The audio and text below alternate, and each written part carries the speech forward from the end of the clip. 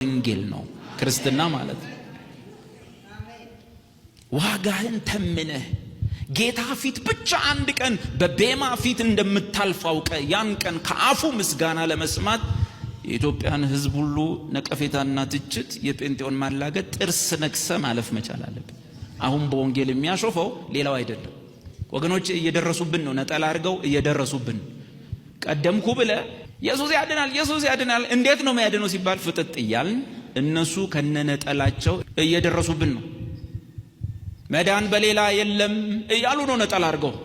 ያ ብቻ አይደለም ድኛለው ድኛለው ድኛለው በስራዬ ሳይሆን በጸጋው ድኛለው ይላል ዲያቆኑ እያለልን ነው። ታላላቅ መምህራኖቻቸው ማንም በስራ አይድንም በጸጋ ነው እያሉ እየሰማን ነው ሰሞኑን። ወገኖቼ ከኋላ መተው ደርሰውብናል። ምፈራው አልፈውን እንዳይሄዱ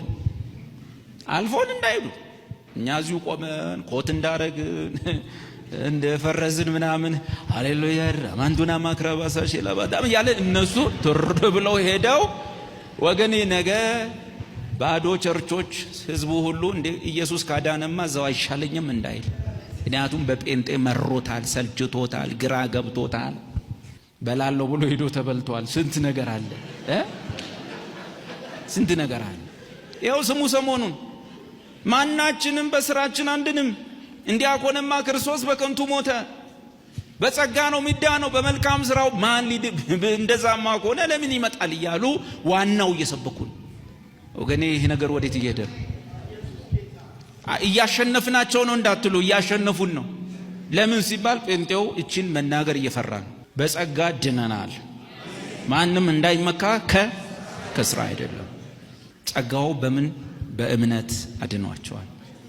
ይህ ራሱ እምነት ራሱ ከእግዚአብሔር ነው ከናንተ አይደለም። ታው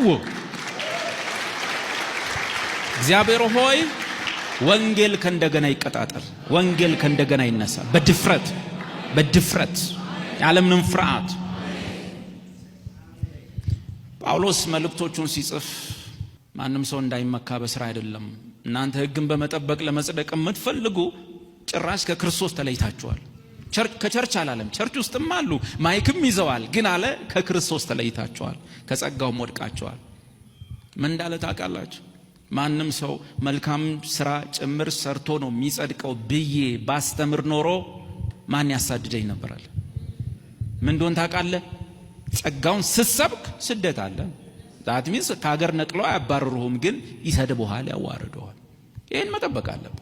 ይሄን የተፈጸመ የተጠናቀቀ ታላቅ ማዳንና ይሄን በአብ ፊት እጅግ ንጹህ የሆነ የተቀደሰ በአብ ቁጣ እሳት የተቃጠለ መስዋዕት በሱ ስትረካና ደህንነቴ ተፈጸመ ያለ ቀን የሱ ጉዳይ ሳይሆን የተፈጸመው የኔ ጉዳይ ነው ብለ ያልክ ቀን ከዚህ በኋላ ምፈጽመው ነገር አይደለም። ተፈጸመ ብቻ አይደለም ለመዳኔ ምፈጽመው የለም እስካላልክ ድረስ እንደዚህ ሁለት እግር አለኝ ተብሎ ለዛፍ አይወጣም።